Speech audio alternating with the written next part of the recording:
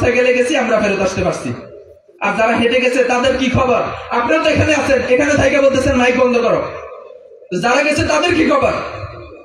এই রাস্তায় রাস্তায় মানুষগুলো যদি নাইটের গাড়ির নিচে পড়ে মারা যায়, এটা ড্রাইভার কে নিবে? যারা মাইক বন্ধ করতে বলতেছে তারা নিবে? এই এলাকার মানুষ ড্রাইভার নিতে পারবে? আমাদের চোখের সামনে থেকে আমাদের হুজুরকে চিন্তায় করে আবার নেওয়া হয়েছে। চিন্তায় একবার হয় নাই, বারবার হয়েছে। একবার আমরা যাওয়ার আগে হয়েছে, দ্বিতীয়বার আমরা যখন গেছি আমরা হুজুরকে আনতে পারতাম, হুজুরকে ওই ডাকাতরা ছাড়ছে, বাহির করছে, আমরা হাত মিলাইছি। আমি আব্দুল আজিজ মুসাফা করছি, বলছি হুজুর ভালো আছেন? হুজুরের মধ্যে ভালো আছি আলহামদুলিল্লাহ কথা বাইর হয় নাই, কারণ ভালো রাখার মতো অবস্থা তারা রাখে নাই, ভালো আছি বলার মতো অবস্থা তারা রাখে নাই।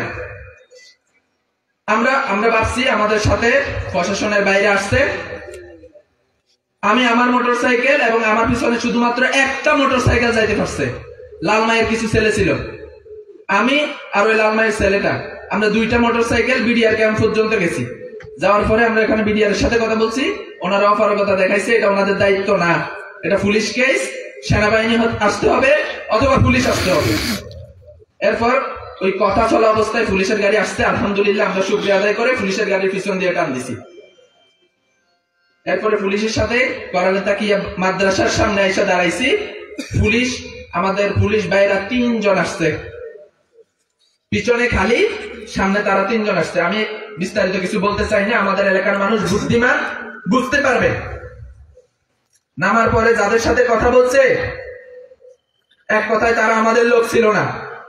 তাদেরকে জিজ্ঞাসা করা হয়েছে কি হয়েছে, তারা বলছে আমাদের ছেলেরা নিয়ে গেছে। এরপর 2 মিনিটের মধ্যে হুজুরকে বাহির করে আনা হয়েছে। তার মানে হুজুরকে করালিয়া তাকিয়াতে রাখা হয়েছে, ফানুয়াতে নেওয়া হয় নাই। করালিয়া তাকিয়া থেকে 2 মিনিটের মধ্যে হুজুরকে বাহির করে আনা হয়েছে, হয়তো কোনো দোকানে রাখা হয়েছিল। বাহির করে আনার পরে আমরা ভাবছি আমরা হুজুরকে পুলিশের গাড়িতে যেহেতু উঠাইছে, পুলিশ মাহফিলের মাঠে আনবে।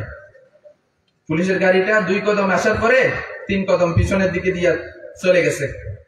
আমরা আর একলা যাওয়ার সাহস করে নাই।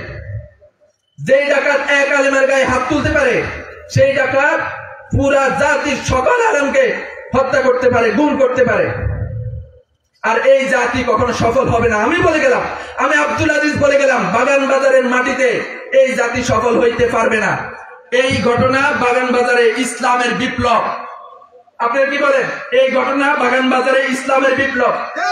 যতবার বাগান বাজারে দুর্যোগ আসছে, এই আলেম সমাজ আপনাদের পাশে ছিল, এই বাগান বাজারের উলামায়ে কেরাম আপনাদের পাশে ছিল।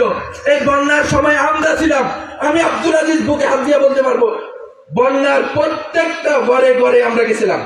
প্রত্যেকটা উলামায়ে কেরাম এই বাগান বাজারের বন্যা কবলিত পরিবারের পাশে দাঁড়াইছে। অস্বীকার করতে পারবেন না? আজকের ঘটনা আমাদের সবার জন্য লজ্জা। আপনারা এটা মনে রাখবেন, এই লজ্জা মুছার জন্য ইসলামের বিপ্লব ছাড়া কোনো বিকল্প নাই।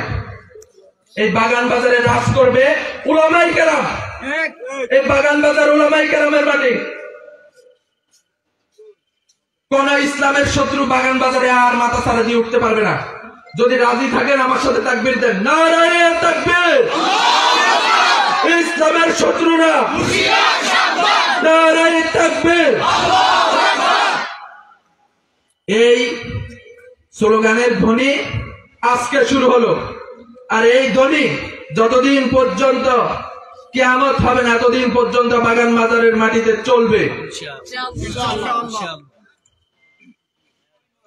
এখন আপনাদের কাজ শুধুমাত্র একটা, যেহেতু প্রশাসনের হাতে আমাদের হুজুর গেছে, আপনারা এখন শুধু দোয়া করবেন যাতে হুজুরকে নিয়ে কোনো রাজনীতি করা না যায়। এখন আর হুজুরের গায়ে হাত তুলবে না, আপনারা এটা নিশ্চিত থাকেন।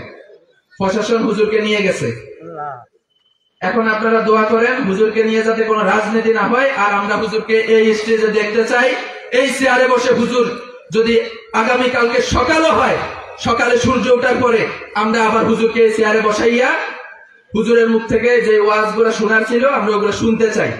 এটা আমাদের দাবি। আর যদি শুনতে না দেয় তাহলে ওটা আল্লাহ ফয়সালা। যদি আল্লাহ আমাদের ভাগ্যে লিখে রাখে যে ওয়াজ শোনা যাবে না, বাগান বাজারের মাটিতে ইসলামের কথা বলা যাবে না। হুজুর কোন মতাদর্শের ওটা ভিন্ন হিসাব। একজন আলেম আমার কাছে এটাই বড় পরিচয়। নাকি কোন দ্বিমত আছে? যাকে দাওয়াত দেওয়া হয়েছে আপনাদের প্রধান বক্তা, উনি কি আলেম না? কথা একটাই, আলেমের অপমান আমরা সহ্য করব না। কারণ আল্লাহ রাসূল সাল্লাল্লাহু আলাইহি ওয়াসাল্লাম বলে গেছেন, হাদিসের মধ্যে আছে, আপনারা সবাই জানেন, এখানে এত মূর্খ কেউ নাই, আলেমগণ নবীগণের ওয়ারিস। জানেন না? ঠিক আছে, বাকিটা আল্লাহ ফয়সালা করবে। বন্ধ করেন।